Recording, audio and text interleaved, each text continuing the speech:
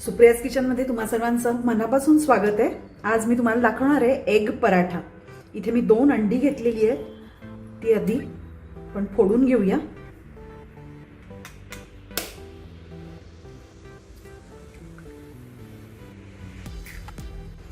आता हे थोडंसं फेटून घ्यायचंय। हे बघा, आता यात घालूया थोडंसं हिंग। हिंगाने ह्या अंड्याचा जो उग्र वास असतो तो जातो। पाव चमचा मिरी पावडर घालायची आहे, ब्लॅक पेपर पावडर।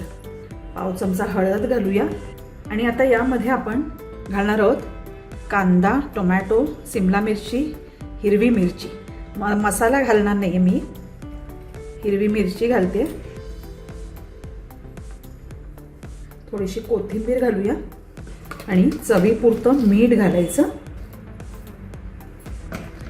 आता हे सगळं व्यवस्थित मिक्स करून घेऊया। हे बघा, आता आपलं अंड्याचं मिश्रण तयार आहे। आता पराठा करायला घेऊया। आता पिठाचा गोळा नेहमीपेक्षा थोडा जाड घ्यायचा आहे। आपण चपातीला घेतो त्यापेक्षा थोडा मोठा घ्यायचा। आता याची अगदी पातळ चपाती करूया। आता हे बघा, आपण चपाती लाटून झाली आहे। याला तेल लावून घ्यायचंय। वरून थोडंसं पीठ घालूया।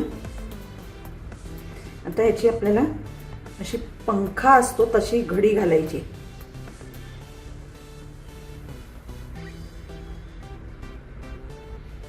अशी व्यवस्थित दाबूनच घ्यायची प्रत्येक वेळी। आता इथे सुद्धा थोडंसं तेल लावूया, थोडंसं पीठ लावायचं।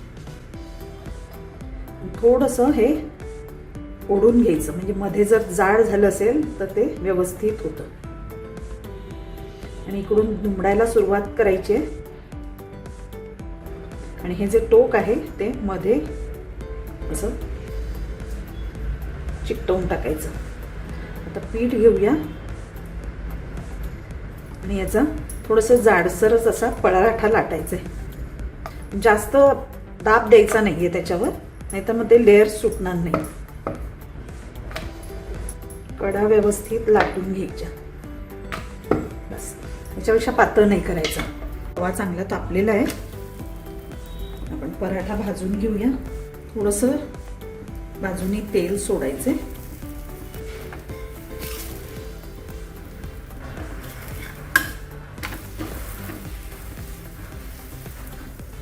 इथे सुद्धा वरून तेल लावून घेऊया।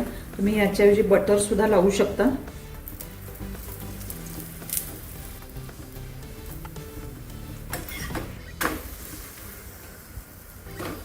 हे तुम्ही बघू शकता, असे छान असे लेयर्स सुटलेले आहेत याला।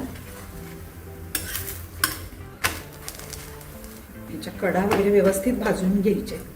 आता थोडा गॅस कमी करायचा आणि आता हे गरम असतानाच आपल्याला हे मिक्सचर ह्याच्यावर घालायचंय।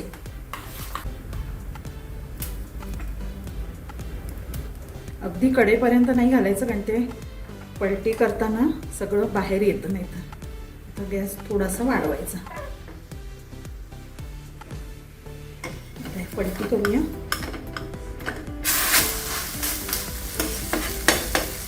हे असं थोडंसं बाहेर येतच, कारण ते लगेचच शिजत नाही पटकन अंड्याचं। थोडंसं असं परत एकत्र करून घ्यायचं।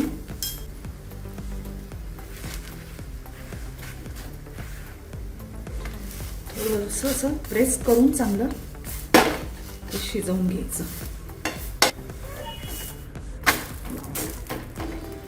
आता हे व्यवस्थित झालेलं आहे दोन्ही बाजूनी। यावर आपल्या चॉईस प्रमाणे ऑप्शनल आहे सॉस घालूया। छान लागतो, तुम्ही करून बघा। हे असंही नुसतंच पराठा खाल्ला तरीही तो छानच लागतो, कारण आपण त्यामध्ये सगळ्याच फ्लेवर्स घातलेले आहेत। सॉस घालायची गरज नाही, पण जर तुम्हाला आवडत असेल तर सॉस सुद्धा घालू शकता, आणखीन जास्त छान लागतं ते।